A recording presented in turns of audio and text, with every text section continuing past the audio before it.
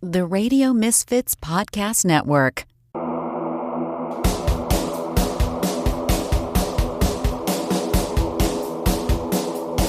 Hello, y'all. Welcome to Jackalope Tales, urban legends and music, where we uncover, is it real or is it a jackalope tale? I'm your host, Charles Mooney. And I'm Lisa Umbarger, and Charles and I were both former members and founding members of the Toadies, and now we're podcasting about it. And we are venturing into a whole new realm today. Yes, we are. The very special guest that we have visiting. A guest? Which is the first time we've ever had a guest. Someone finally agreed. Right.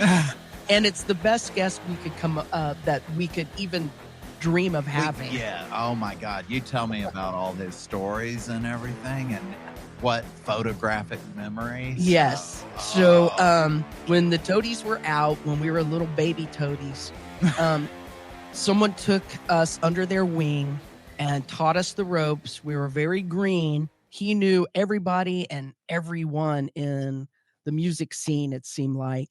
And he has stories. So we would sit around the tour bus or the van, and he would tell us stories. And we're talking about someone who has toured with all of the big names and has played with the big names too. He was a guitarist for Jim Rose Circus. He was in Terrible Parade. He's been at a ton of bands and he's played with a ton of bands. And I'm not even giving him enough credit for what he's done. Yeah. And he's talking with us today. And written a book recently. Yes. That's available. Yes. So, and I'm talking about the Rock and Roll Mercenary, Marky Ray, the Toadies' favorite tour manager. Welcome, Marky Ray. Oh, well, thank you. It's Marky Ray, Motor Light Spectacular, wheels spinning over 200 miles an hour for a knockdown, drag out monster truck, funny car. Big Daddy Don Garland, Shirley Chacha Montani, and Don the Snake Perdome with Bot, Guar, Nine Inch Nails, Hamilton, Joe Frank and Reynolds, Zeros and Twins from Full House, Barney the Dinosaur, and the Steve Miller Band, brought to you by Belkin and Budweiser. How did you rattle that off? Perfect. Right? Well, I'll tell you a little story.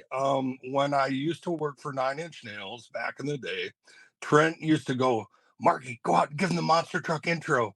So somewhere buried on YouTube from Club Helter Skelter, the second time we played Helter Skelter, which is also known as the Club with No Name, Trent goes, Marky, go out and give him the monster truck intro. So I wrote out this monster truck intro, and I've done it a million times, and I always tell the story of it. So I have it memorized by heart. So I go out and do that. Wow. And there's just something so fun about saying, Big Daddy Don Garland, Shirley Chacha Moldani, and Don the Snake Perdome. It's just like the perfect voice for it. Right? Why, thank you. We've talked about a couple of my memories from touring. Yeah. We've talked about a couple of my memories from touring and Marky Ray stories. But can you think of what your favorite Toadies story is? Oh God, there's so many of them. Well, I have to say I remember sitting there with you guys, and you gave me the reason why you started lying in interviews. Maybe I shouldn't say where they're lies. What year would this have been? What year would this? I joined you guys. This would have been 95. I joined in September of 95, and it's so funny because Tom Bunch, the manager of the Toadies and Butthole Surfers at the time, called me up, and I just finished touring with Jim Rose in March of 95. And I went home, did a couple music festivals as a keynote speaker, and he calls me up, and of course I recorded a solo album in between that no one's ever heard.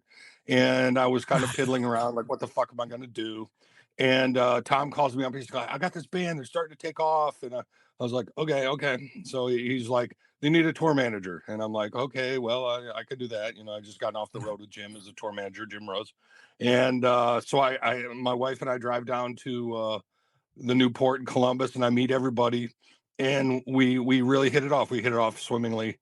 And it's funny because there's a photo of us all together, and it looks like we've known each other for years. We're like standing on the stage at there was a side club that I think where we went to like get lunch or something off of the Newport, like a just a side room. And there's a picture of us on stage there together. And it's so funny because it looks like I've been working with you guys for years. Like we're all buddies. We got our arms around each other. And it's like, that's my first day on the job with you guys, which was really hilarious.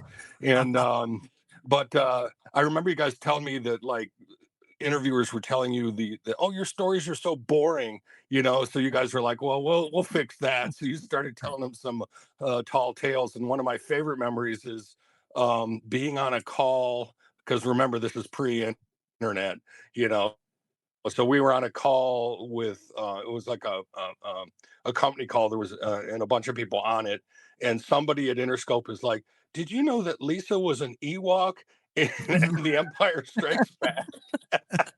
Because and then there was the other one where oh, how did you guys all meet? And we were extras on Little House on the Prairie. I hadn't heard that and one. Vaden, and Vaden goes, Michael Landon touched me where I peed. And so those are the really funny ones. And then there was the one about Mark had a Shetland pony that we used to keep on the bus, and it got out and it got hit by a car, and some Interscope rep was like, oh my God, that's horrible, just like shit like that, that was so fucking hilarious. So but before it got hit by a car, it ate Mark's pubic hair. Oh, that's right. Oh, and then there was another one where we said that he got eaten by an anaconda, our pet anaconda on the bus, and I had to cut it open with my Leatherman to get him out of it and save him. That was another one. And there was a number of those that were just fucking hilarious. And like people ate that shit hook, line, and sinker. Some of the shit we used to do to some people, like they'd be knocking on the bus door, and we'd be like, go around. And then go around the bus. And then they'd come back like, what the fuck? And we'd be like, go around. Like and then we drive off. Or I remember like running Mark in and out of clubs being chased by ex-girlfriends and the Axis in Boston. I remember that. Yeah. God. I mean, I remember that too. I forgot. Yeah. Now, like whenever you're talking to a band and trying to decide whether you want to be their tour manager, is it really important that you have a good relationship with them, or is it just like, hell, the money will be good, absolutely, and I can overlook that? No, it has to be. You got to be able to work with them, because I mean you got to live out on the road. I mean, I've been teaching college for 20 years now, and it's like I always tell my students, like, one person can ruin the whole thing for you, so you got to be, I mean, that's one thing about education and teaching students that I have. I've literally trained hundreds of students, and I've had students out touring the world now, and I tell them, it's like, you got to learn to get along with people, and sometimes the money is just not worth it. I mean, if I had a nickel for every time I'd have one of my former students call me from the road being like, I'm miserable, and I'd have to talk them off the ledge, and I'm like, I would tell them while I'm teaching them, I'd be like, look, if I'm sending you halfway around the world, you can call me at 5 a.m. if you're getting ready to go over the edge. And it's happened plenty of times. I've had them call them crying to me in the middle of the night, and I'll be like, it's okay. But first of all, put down the bottle. Don't take any more drugs. Let's talk, and sure enough, it's worked. Wow. It gets crazy on the road. There's no way anyone can prepare. Oh, it does, but no, and you've got to like the people you work with. I mean, I've been on some tours that were miserable, but I'd say it was a lot of the other bands. I've been very lucky. All the bands I've worked for have been pretty damn cool. I've been very lucky in that respect. I like I said, we've talked about some of the other bands, Lisa, that we did not have the best times with on the road, and I don't necessarily want to go on the record here and say what horrible people they were, but a couple of them really were, and it was the other bands. It wasn't you guys, and it wasn't it wasn't our good friend bands that we toured with, like Brutal Juice or even Civ, or bands like that. It was one of those English bands that shall remain nameless, but we talk about them a lot. Much fun.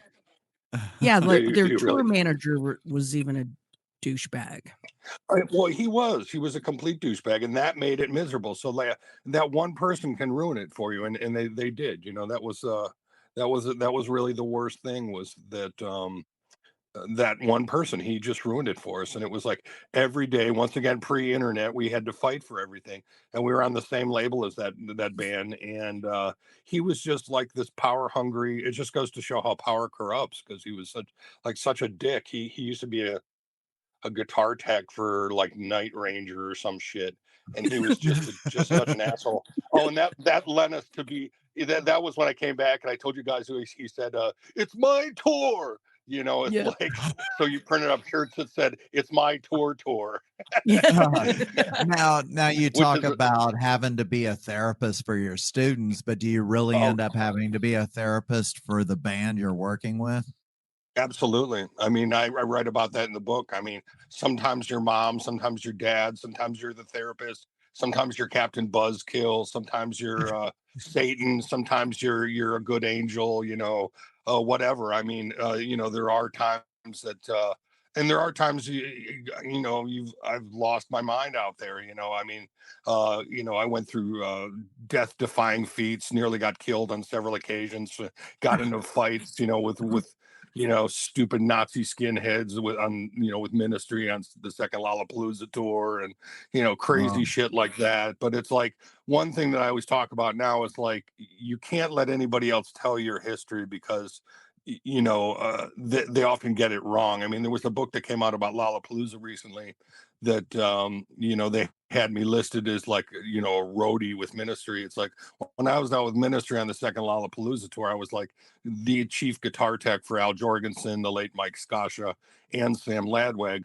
And I did all the backline and stuff like that. And with 9 Inch Nails, I did 10 fucking different jobs, and it just listed me as a guitar tech on that tour. And it was like, I was the production manager, I was the sole stage technician, and I mean, just I'll get into the nail stories later about all the guitars. Lisa and I talked about that the other day, but I mean, that in its own right is like, in the pre-internet days of how we copped, how I had to go out and get all the guitars for Trent to smash and Lollapalooza, because we were playing in the middle of the day, and they wanted to make it a spectacle, and it became a spectacle. So Wow. crazy shit Now, like that.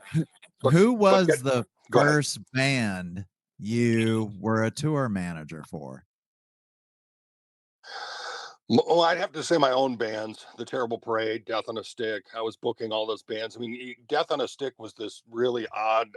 We were an industrial jazz band back in the Yeah. 1980s. Yeah, and no one knew what to do with us, because we were an industrial jazz band. But that said, we used to go up and play it like, it's funny, because in Cleveland, we would open for like Killdozer or Tupelo Chainsax, or a variety of other bands. And we were actually fairly well known. We were kind of the bastard sons of Per Ubu, because we were part of that whole, I'm sandwiched age-wise in between the first generation of Cleveland punks and the second generation of Cleveland punks. So I'm like 5 years younger than like the Ubu guys. And I was actually asked to join Per Ubu at one point. I'll get to that story later. But so Death on a Stick was comprised of myself, this person named Tina LaFauve, another guy named John Spazzillo, and this other guy, Andrew Klimek. And Andrew Klimek was part of the first punk wave. His brother Jamie was in this Cleveland band Mears, which was part of the proto-punk movement in the early 70s. So Andrew was a legend in his own right, and he's just this totally avant-garde guitar player. And I was a multi-instrumentalist and wrote the songs in the band.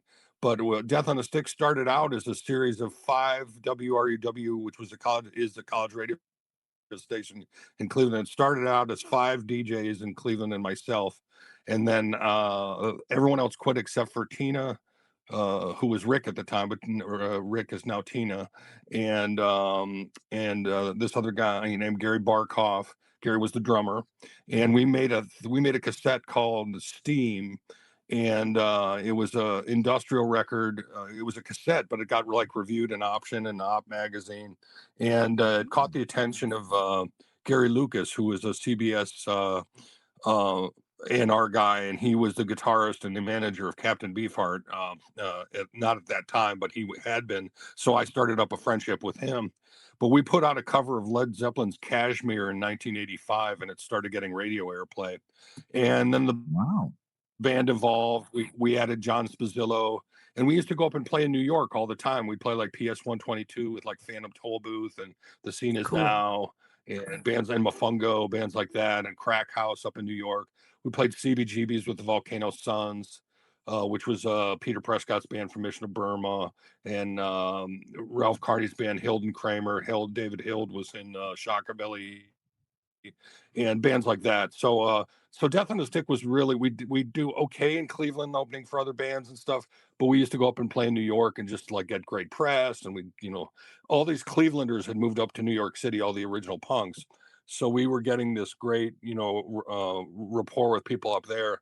And Gary Lucas actually came to see us at Tin Pan Alley in New York with Crack House, but we didn't get signed. He tried to get us signed to Daniel Miller's record label in England, which was Mute Records. We would have been label mates with Depeche Mode. Oh, wow. Oh my God. But it never happened. So then Death on a Stick kept morphing on as the years went on, and we became another three-piece again. We were joined by this guy named Dave Norris. It was just me and Andrew Klimek at that point, and we were joined by a guy named Dave Norris. And we became a three-piece and recorded another album called Ballast Resistors, Dreams of Contentment. And of course, that was unreleased for a number of years, but we ended up opening for the Butthole Surfers in 1987 at the Newport in Columbus. And it was funny because Promo West, the promoters, are still independent, and they're still there at the Newport in Columbus. They actually booked the Toadies show when I worked with you guys. Yeah. So we opened up, Death on a Stick opened up for Butthole Surfers, and that started a lifelong friendship with the Butthole Surfers, because when we played with them, they were the original, the original five-piece with Teresa and King and Jeff and Paul and Gibby. And the great thing is about that gig was they loved us, and I remember them coming into our room and going, "We like you guys. You're weird." I think I've seen this. I think I've seen the Surfers. I mean, Lisa and I have maybe 6 times, and with that original lineup, and oh my God, every show was just amazing. It was insane. Yeah, absolutely. I had seen them earlier that summer before we opened for them, and it was just, I wasn't on drugs on that night. I saw them, and I walked out of there, and I was like high as a kite. It was like insane. So no, we became fast friends with them that night. And years later, when I was out with them, when I was out with Nine Inch Nails on the first Lollapalooza tour, we shared a tour bus with the Rollins band, the Nails crew, Nine Inch Nails crew, the 6 of us, along with the Rollins band. We shared a tour bus with them, and we shared a travel agent with the Butthole Surfers, who were the second band after the Rollins band on tour. So we all would stay at the same hotels. That's the difference between the first 2 tours. Is on the first Lollapalooza tour, nobody stayed at the same hotel. On the second Lollapalooza tour, everybody stayed at the same hotel. It was so crazy, they actually had to like advance the liquor on the second Lollapalooza tour, because they would drink the hotels dry. So that's how fucked up that was. Oh my God.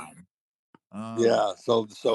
So yeah, that's just part of my lengthy, crazy career. So getting back to your first thing, and so I used to tour manage my bands, A Terrible Parade and Death on a Stick, and then right after that, I came back, worked with a band called the New Salem Witch Hunters, and then I went out with the Lyres after that. And I'll read from the book about the Lyres.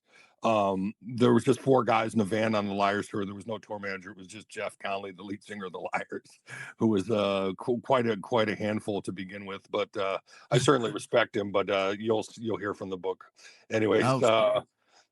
But after that, came back to Cleveland, played in the Witch Hunters, played in a band, a famous Cleveland band called Death of Samantha. Used to tour manage that band too, but the real tour management came around with Nine Inch Nails, and then Marco was more the tour manager. I was doing more production management. Ministry, I was just, like I said, I was the chief guitar tech, and then Die Warsaw right in between those 2 things. And then with all the bands I worked for, I had different jobs, and I did 10 different jobs with every one of those bands. So it was always like that, Wow. Just wherever you were needed. Yeah. So if Yeah, I mean, exactly. going going ahead. back to the whole Toadies days. So are there Yes. some things that I feel like you had a hard job with the Toadies, not with the personnel, because we didn't do a whole lot of crazy shit. I No, think you we guys. were pretty much No, well behaved because we were so freaking no, you guys green. were. But you did have to like help us along because we were so awkward. Like we Yeah. didn't go and talk to Well, bands and stuff. You did. no, I was well at that point, having toured the world with Jim Rose and actually Ministry and the Nails too, having been to Europe and Butthole Surfers with you know um going to Japan and going to all the different places. I was pretty well acquainted, especially too. Keep in mind, this is before Live Nation or SFX or Clear Channel had bought up every mom and pop promoter in the Right. world. So I knew all these people. I had personal relationships with them, and I was very, very gregarious. And I would go out and, hey, so and so, or hey, whatever, Ray Steinman in Florida, and that's the thing. I knew all the promoters, Delsner Slater in New York, and Don Law was in Boston, and Cellar Door was Midwest. On Key was in San Francisco, was in Seattle and Vancouver, and in the Bay Area it was Bill Graham. So all over the country, I knew all the promoters and most of their reps. So I was used to dealing with these folks. So yeah, I would go out and deal with them, and once again too, like with the Toadies and stuff. And once again, it's pre-internet, and until we got David out on the tour with us, David Kerr, rest his Yeah. soul.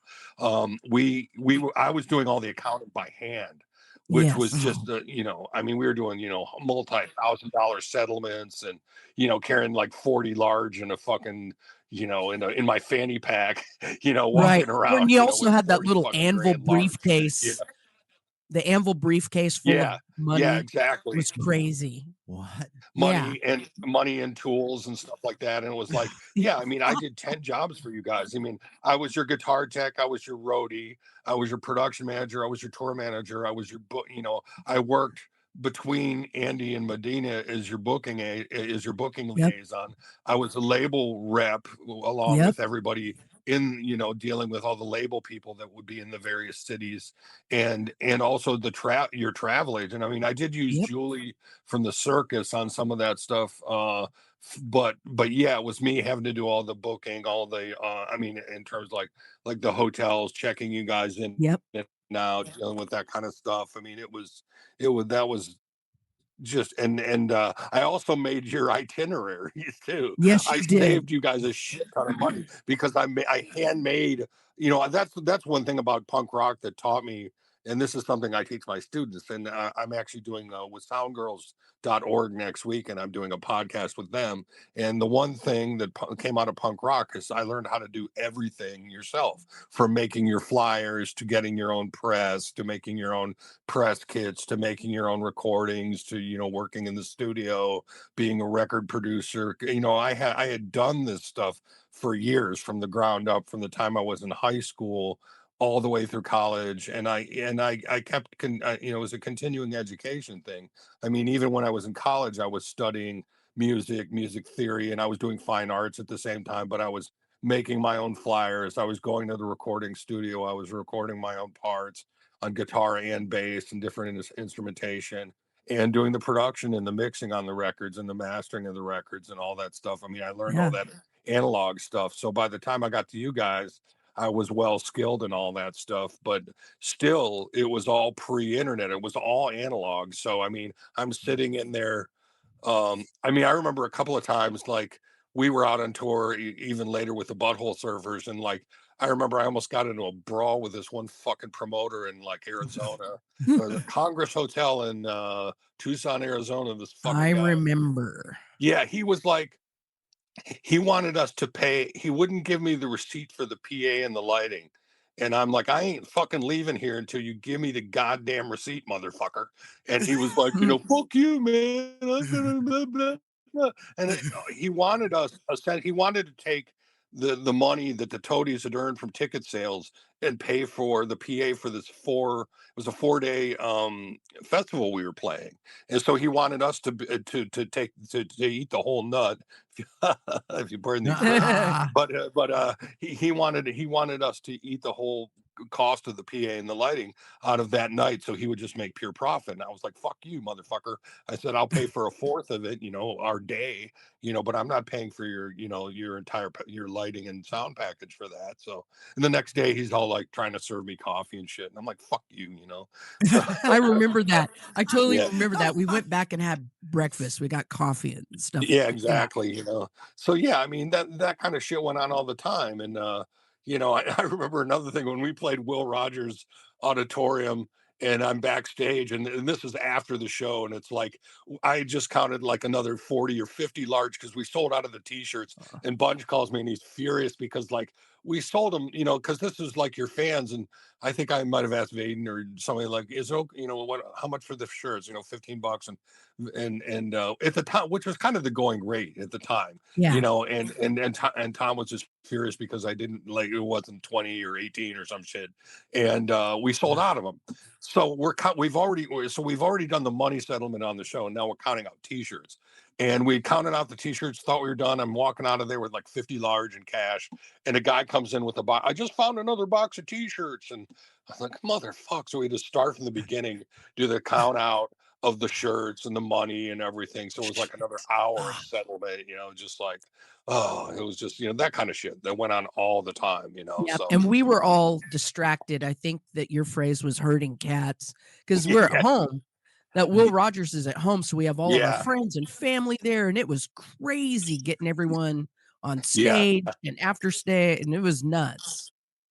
Yeah, well, that was funny because I had all those FTW, like fuck the world, but it was Fort Worth, and I made those Toady backstage passes of a little smiling toad.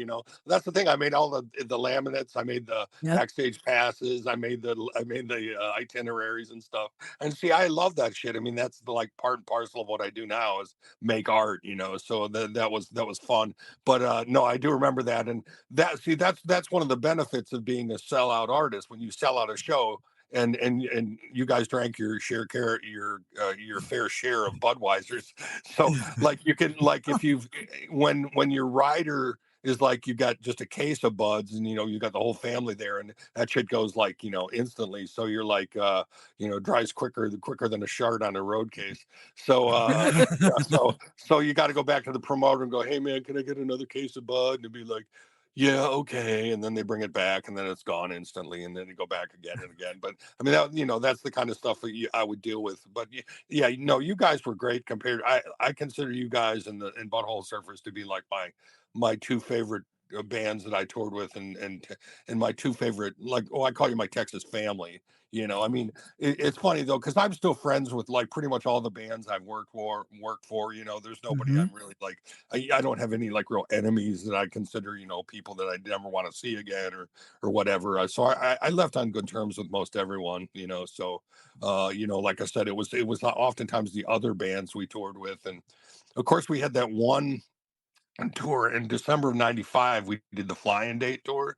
I don't know if you guys remember that. Yeah, we flew in everywhere. That was a brutal fucking tour. But the thing that was fun about that was we played with all those different bands, and it was just crazy. We'd like show up, and there's fucking Radiohead, and Oasis, and Joan Osborne, and Jewel, and the Goo Goo Dolls, and Dave Matthews. I mean, before it was Sonic Youth. Remember Sonic Youth? Oh, fuck yeah. We'd see them at every airport, and they'd be like, hey, what's up, man? And they knew me from the Butthole Surfers, so they were real friendly, and Garbage. And they were amazing. I've been hanging out with, who didn't fall in love with Shirley Manson? And she was wonderful. And I remember like drinking bourbon back when I drank with Butch Vig in the back of their bus, and just hanging. I mean, talking to fucking Butch Vig, I was just like, oh my God, that kind of shit. And when we played with Billy Idol in Santa Barbara, I think. That was really amazing. Watching Steve Stevens and just fucking whale. And God, was it Jawbreaker or Jawbox? Yes, on that? it was Jawbreaker. Yeah. Jawbreaker. God, there were so many bands on those tours. 311. Yeah. Oh, no. I forgot about them, but yeah. Whoa. And you Letters to Cleo were on a lot of those shows too. Letters Remember to that band? Cleo. Oh yeah, I remember. And yeah, Daryl used to chicken in the basket, put it in your butt, for that one. Yes. That one song they had that no one could understand what the fuck should here and now. And I go here and now, here kitty cow cow, and flapping to the weapon to the kitty cow. Yeah, I never knew what the fuck they were saying in that song. But there was some funny shit from those shows as well, because I remember we were getting in the limo to ride to the airport to fly somewhere, and I was actually commenting about the Goo Goo Dolls song, and the song name. And I said, "Well, that's a pretty good song." And Mark goes, "Nope." He just was like, and it's funny because I ran into Johnny later in Cleveland when I after many years later, I was working for Live Nation. I ran into Johnny when the Goo Goo Dolls were on tour, like Train or somebody like that. And Johnny remembered some of those days, and he was actually very nice. So, it's funny, you see those people years later, and like we always talk about, like when Lisa and I, we hadn't talked to each other in years, and you just pick up where you left off, and that's the beauty of what we do. I mean, we just, how's the family? Well, how that even happens with my students who are out now. Yeah. So it's crazy, that we have this next generation of kids I've trained that are out there, and they're like my own children, so it's wild, so the Goo Goo Dolls were always really nice to us. They were. We played with them very early on in our career when Charles was in the band at the Axis, maybe in 1989. Yeah, it was like 89, and they remembered us. And really, and that's why we got a couple gigs with them up in Buffalo, because they remembered us from back in the 80s. Wow. And so they were always just really, really kind to us. And that was back when they were on Metal Blade Records. Yeah. Do you remember that? It's funny because I was working at Warner Brothers. I actually did some promotion on that All-Star Car Wash record. I used to work promotions at WIA back in the day, which meant the mailroom. That was a great job, man. I love that fucking job. It was really fun. It was like, I remember some of those early pre-alternative, like pre-Lollapalooza days. They had like Echo and the Bunnymen would be touring, and you'd like be sending out a package for Echo and the Bunnymen or some sort of band, whatever. I mean, there was so many, and I started working there in '85 around the advent of CDs, and like we used to take home like stacks of like promotional CDs because it was a promotional branch, so like, and it was funny because you were talking about Guns N' Roses earlier. I remember when the Guns N' Roses record came out, Metal Blade was actually one of the labels on WIA, the conglomerate, when they had 40 labels under their umbrella. And a guy from WIA comes in, and he's like, "You like metal, right?" Because I had kind of long hair. It was in the late 80s. I did have long hair. And I'm like, "Yeah, I listen to anything, man." And he gives me this Guns N' Roses cassette. And I had a 1970 Nova with a cassette deck in it. And I went out and like popped that thing in there. And I used to blast that record. And I was like, "This is fucking great." It reminded me of early Aerosmith. And I was like, Slash was just like Joe Perry. It was like fucking amazing. And it was about a year and a half. I was telling people for that year and a half, like, man, this band's going to be huge. They're going to be, fucking massive. And sure enough, a year and a half later, they like fucking blew up, and it was funny. I worked a number of their early shows when they played like the Music Hall in Cleveland. And then I worked their show I used to be a runner at what's called the Richfield Coliseum. It's no longer around anymore, but I was a runner on the show for for Guns N' Roses when they were opening for Aerosmith, and Aerosmith was sober. And we had to, I met Doug Goldsmith or Goldstein, I think his name was, and he was the manager of Guns N' Roses, and Steven Adler, the original drummer, was from Cleveland. I hit it off with him. He was really nice, and it was really. But I remember that like it was yesterday. And Slash was there, and Slash remembered me from. He remembered me from the Music Box show. I met him there, the Music Hall show, and same with Duff. I met Duff there, and those guys were really great. And but yeah, we had to keep them separated because Aerosmith were like they were verboten from drinking or doing any drugs. They were completely sober. I mean, as much as they could be. But there's a couple of tales I can't tell about people that got in trouble with Steven Tyler on that tour. Yeah. Wow. Yeah, that was really pretty funny. But some backstage antics with Steven and one of the runner girls that was really hilarious. Uh-oh. Yeah, he really did have a way with pulling women, I must say. But I was sworn to secrecy on that one. But it was pretty funny. I kept that hidden from the promoter at the time. But that was just another funny happenstance. But that was back when we were runners. We used to have to drive around in our own cars, and pay for our own gas. But we actually made more money in the 1980s as runners as they pay the runners now. Yeah. So it's just terrible, anyways. I won't even get into the corporate world because it's disgusting anyways. Well, I have a question about backstage antics. Yes. Because I don't know your side of the story on this. I think it was Detroit where we had that big dust up with the British band that we are not going to talk about, where some beer bottles were flung at a tour manager, the other band's tour manager. Do you remember that?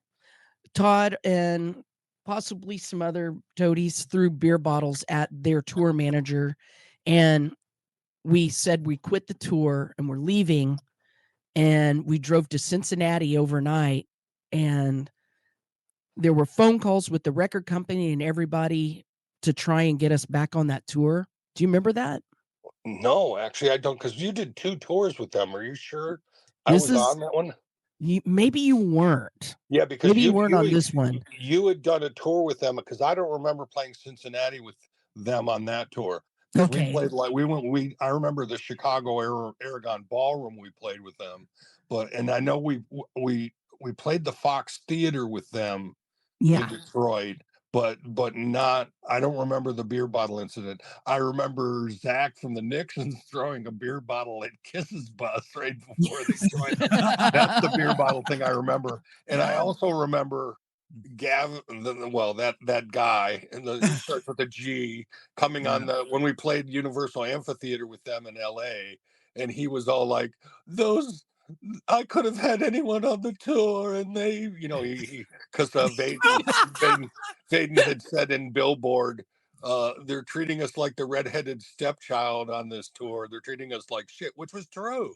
It's true. And he was like, how dare they? And he tried to come on the bus and be all tough and shit. He called us cunts. I was the only one. Yeah, exactly. He, I was trying not to use the C word, I'll use it.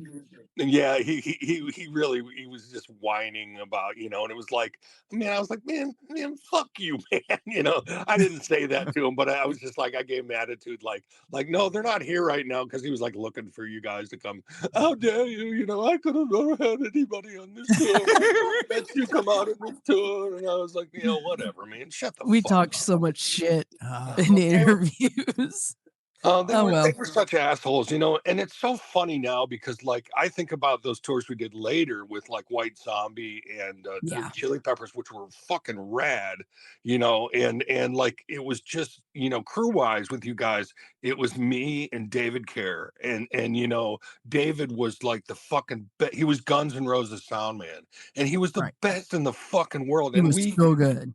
And he made you guys sound amazing in those arenas before all the fucking digitized reverbs and all those millisecond shit that like makes people like Paul McCartney sound pristine.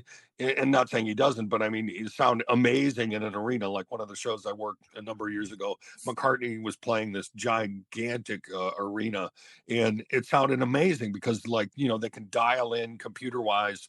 There's just absolutely no reverberation on those tours anymore that used to be in these cacophonous things. And David had you guys so dialed in, that he just crushed it, and you guys always crushed on those tours. But it's so funny now, because like I would go back and work those corporate shows in the early to mid 2000s, and there'd be, I go in the production office and there's 20 production managers and there's 20 fucking crew members. And it was just for you and it was just me and David as your crew on those tours. And we crushed it, and like David and his laptop, and I would just hand him the money after the settlement. He would do the accounting on that early Hewlett Packard and computer he had. And it was insane. And he was so good, and he was so smart, and like knew fucking everything. He also had been everywhere, and he was the greatest guy, and I miss him terribly. Same. I think about him all the time. He's the best in the business still to this day. Absolutely. There's no one that's even close to this guy. The sound guy, like, not people would see that he was out with us on tour, and they were like, "How'd you pull this guy in?" I know, he was amazing, and he was so good and so professional and so much fun, and it's such a great loss to the world, because he was just the best guy. And I think about it, but it's so amazing that the two of us crushed it. We really did, because like now you see these crews and there's a million crew guys, and their overhead must just be insane, and they're making so much money on these tours and whatnot. But I just marvel at that, and when I tell the students, like, and even on the Nails tour in 94, 95 on the Downward Spiral with Jim Rose, Marco went up to those guys, and it took 5 people to replace me on the Nails crew for Downward Spiral. And Marco goes, "You see that guy over there? He did all your jobs." And they're like, "No fucking way." He's like, "Yeah, way." I did all their fucking jobs and more, and it's like, here we were, like, on the White Zombie tour. It was like, Voluptuous Horror of Karen Black, Toadies, the Cramps, and White Zombie, and it was just so amazing. And I remember we played with Halloween 95 and at Irvine Meadows, and Alice Cooper and Elvira were the MCs at that show. And I saw all my old LA friends, and like I walk in the production office and there's Elvira, and I who I've always loved. I have a penchant for her. And she's like, I was wearing a sleeveless t-shirt, so my iguana tattoos were showing, and she like grabs my arm and she's like, "Oh, look at your tattoos." And I'm just about like, "Oh my God," I'm about ready to blow a load in my pants anyways, but because I was like instantly in love with her, and she was so sweet. And she signed my itinerary. I still have it, the one I made for you guys. And but that was quite a moment. And then years later, when I was working with Enigma and Katzen, after the Jim Rose Circus days, the Enigma and Cats and the Tiger Lady, we opened for Alice Cooper in Cleveland, and he was just the nicest guy, man. He restored my faith in rock and roll, because he was just so cool. He's like I'm sitting on a tour bus with Alice. Jules Belkin from Belkin Productions is a good friend of Alice, and he's like, "Here, guys, you can come on and meet Alice." So we're sitting on there. It's me and my wife. And it was right before our baby was born, our daughter Vanessa, and we're hanging out with Alice. And I had those McFarlane Alice Cooper figures had just come out, and I asked him if he would sign one for us, and he did. And like he's telling us these stories about, like, and he's like, when I was on the Muppets, like, hey, they shot that show in London, and I'm talking to Kermit and Miss Piggy, like, the puppeteers and stuff, and I'm talking to them, like, and after that, like, after a week, I'm like, "Kermit, how are you? Miss Piggy, how are you?" And he's like telling me these stories, and I'm just like, "Oh my God, Alan, telling me about the Muppet Show." I mean, it was just like, oh, here's your head, bang, it's like, just like, it was just, shit like that is just, you can't even.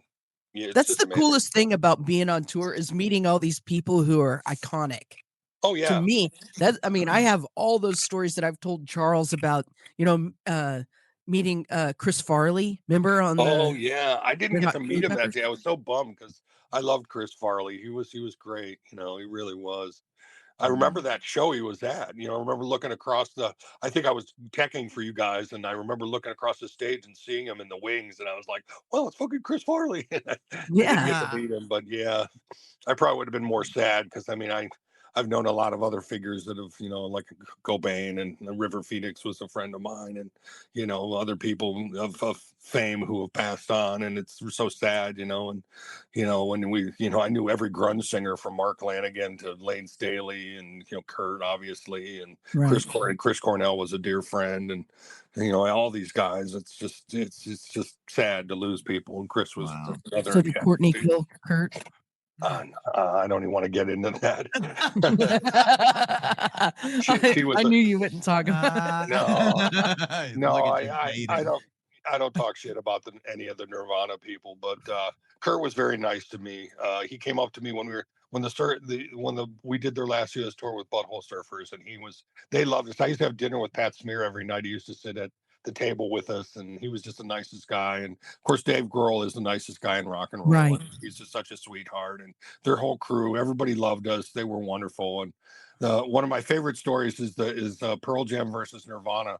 And I think I told you this on the phone. The George Webb was the production manager with Pearl Jam, and Gibby used to have the fire symbol. You guys remember the fire symbol? He'd take the inverted Johnny Crash symbol, he'd fill it with alcohol, and then he'd light it with the Bic lighter, and then he'd hit it with a drumstick, and it'll make this giant ball of fire. But when we did it with Pearl Jam, nobody told George Webb we were going to do it, and like Gibby's out there banging on the thing, and like they're like, "Oh my god!" and George is like freaking out, and we had fire extinguishers and everything near us, so it wasn't a problem, But when we did it with Nirvana, they were like, cool. So not to say that Pearl Jam weren't cool, because I love those guys. We're all good friends, and and everything. But and years later, I got to work with the Foos a little bit and stuff, and they were very nice. And I even got to work for the Cramps again, post touring and stuff. My best buddy Michael is one of my best friends. We had a band in the late 90s after I left the Toadies and got off the road. I had a band called 3D with Michael Perkeiser, who is Lux Interior's brother. And Michael and I are always Michael lives in LA now, but we're getting ready to hopefully release our record, a 3D record that Lux did the artwork for. So that'll hopefully be coming out next year. So I'm working on that right now. So one of the many Marky Ray projects. Yes. So yeah, very cool. It's kind of Americana, Americana kind of. Yeah. I'll send you guys a copy of that. Oh, that'd be cool. Very cool. Man. So good stuff. We want to continue talking, so we're wondering if you'll come back for part 2. Yeah. Oh, absolutely. No, I'd be happy. Okay. Yeah. Cool. They were worried that we might lose you. We have a segment. We have a segment on our show that we call the Lone Star Salute. And it's where we read 1 stars about whatever the subject matter was we talked about. 1-star reviews. Do you have a 1-star review of something that's musical? Just your own opinion. Yeah. Of a show or a band. An album. I know that you are Switzerland as far as bands and stuff go. An album? God, I'm trying to think. Was it something we discussed before? No. Give me a hint. Sorry, we're just throwing this out to you. Okay, a 1-star review. Well, I'd have to say that British band that we toured with, that was they were, what really sucked about them 1-star review wise was they had one cool crew member who was their production manager, but their guitar tech infuriated me because I would be out there, David would be, I'd be getting the tones for you guys, ringing out the monitors and, making sure you're good before you guys hit the stage, like, doing the bass, thump, thump, thump, do the guitar, hit the drums, make sure everything was working in the monitors, etc. And that one motherfucker would always yell at me, like, shut up, you fucking stop playing, and it was just like, so he gets a 1-star review for being a total cocksucker. I didn't know he yelled at you to stop. Yeah. When we're sound checking? Yeah. When we were line checking right before you'd hit the stage before those guys. What a dick. He was a total dick. And I'd have to say their tour manager was a total cocksucker. Right. He worked with Atlantic Star. That and he guy had that fake perm. Yeah, well, he ruined the tour for all of us, because every day I had to fight the guest list. I had to fight because we were promised, because we're on the same label. And we were promised 20 and we got 10 every day. And I had to fight for that extra 10 because you guys, your record was blown up and you'd sold 1.5 million, but they'd sold 6 million at the time. And, you know, they had some rate, you know, I mean, thank God for, I think you guys have had continued success because of Beavis and Butthead. You're on the Beavis and Butthead clip, you know, and same with Butthole Surfers. I mean, that like cemented you guys. And even the band Candyland, who was great and used to open for Die Warsaw, which was a lot of fun. But no, I'd have to say some of the earlier, you know, various promoters. There was a couple of promoters that were dicks, but for the most part, they were all right. I'll God, let me think for just a second in terms of you know, well, I'm going to just say the Nazi skinheads of Raleigh, North Carolina were probably a 1-star review. Yeah. I would Just say because, that's a good yeah, one. yeah, Now, they weren't a band per se, but they came talking shit and they got their asses beat by the Ministry crew. And hell yeah. the cool thing was that was on the second Lollapalooza tour, and it's in that they talk about it in the Lollapalooza book. So in that Lollapalooza book, there's a bunch of stories, and I'm quoted quite a bit in that. But that's where I was saying, like, you don't want people to tell your history. You got to tell your own history because you know it and you get it right, you know. But I remember. During that time when what happened was a bunch of ministry guys went out to a bar and they were just minding their own business, and all of a sudden they got jumped by these assholes, and one of them came back to the hotel where we were all staying at, and she started shit with us. So we went outside and it was like me, Al Jorgensen, and Fritz, our monitor engineer and video guy, and we kicked the shit out of this motherfucker, but he must have been on PCP or some shit because he kept getting up and getting up and getting up, and we were like beating the fuck out of this guy. And I'm not proud of that because it's like, you know, I'm not really, I'm a lover, not a fighter. I really didn't enjoy that, but you know, they had, you know, were fucking with us. But the cool thing that happened was Ice Cube's guys came out in their fucking handkerchiefs and their fucking vests and their guns, and they were they were just getting ready to fucking like, so we all bonded that night. They were just getting ready to fucking like pull some shit, you know, and Yeah. just is I don't know if you guys are hip to rip off press and the fabulous furry freak brothers. Yeah, so the dreaded Southern sheriff came out and was like, "What's going on here, boys?" And then he broke up the fight and let the skinhead run away and get away, and that was the end of that story. But we bonded. Needless to say, we bonded with Ice Cube's guys over that. Not that we hadn't before, but we really bonded with them because everybody was out there, from the Chili Peppers, the Ice Cube's guys, and our guys, and even the girls from Lush were there, and it was crazy. That's the best Lone Star salute ever. Very Yeah. good. So yeah. So Totally yeah, agree. that was crazy. And then the next day, like Eddie Vedder went on the mic and he was like, you know, Marky Ray and a bunch of my buddies, we got jumped last night, motherfucker. You know, like, and even Ted Gardner, the late Ted Gardner, was awesome. He also managed Hum, who we toured with later, with the Toadies toured with Hum later. And Yeah. Ted was a dear friend, rest his soul.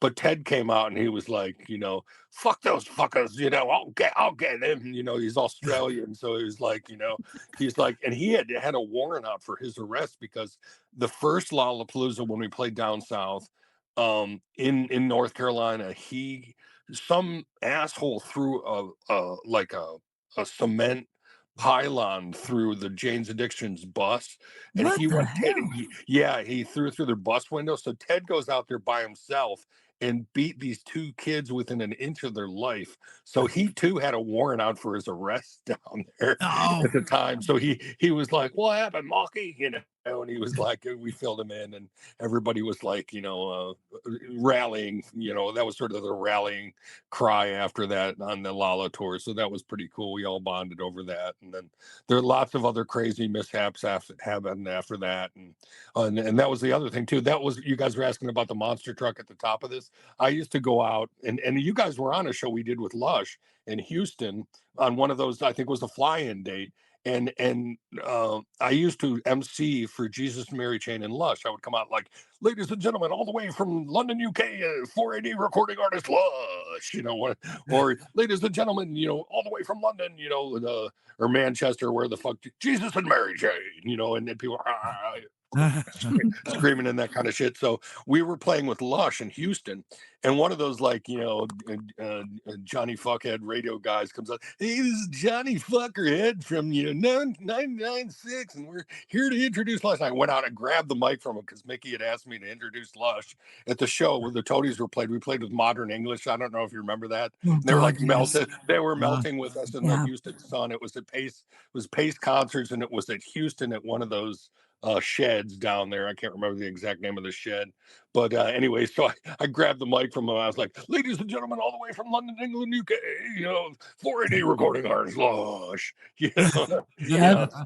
So I love to do that kind of shit. So so that's more of the monster truck. It continues on. So very cool. Very cool. Hey, everybody. Thanks for listening. Please follow the links in our show notes and find us on all the socials. And huge, big shout out and thanks to Marky Ray, the Rock and Roll Mercenary. Oh, my God. I feel like I went through a music mind museum. Right? Exactly. Oh, my God. We'll provide a link for Marky's book. It's sold on eBay right now. Yep. And we'll provide have it a link in the episode description. So be sure to take a look at it and highly recommend it. Right. It makes a great Christmas gift for your music friends. Yeah, it really does. It's too big for a stocking. You're going to have to wrap it. You're going to have to wrap it. It's coffee table. Yeah, exactly. So be sure to subscribe, rate, and leave us reviews on Apple Music, Spotify, anywhere you listen to your podcast. And join us next time as we question, is it real or is it a jackalope tale? And we're going to be hearing a lot more from him. Oh, my God. Next week as he talks about the other band. I mean, we got a little snippet of all the other bands he's been in, but... Oh, my God. He's got... I mean, he could fill up a whole year's worth of podcasts. He needs his own podcast. He's the kind of person you need to have over at Thanksgiving. Oh, yeah. Where it's just like... He talks, everyone eats. Yeah, you just sit there and listen while you're shoving turkey into your mouth. Oh, God, yes. Okay, perfect. So, anyway, Marky Ray next week. Love you, Marky. Love you. We'll talk to you later. Bye.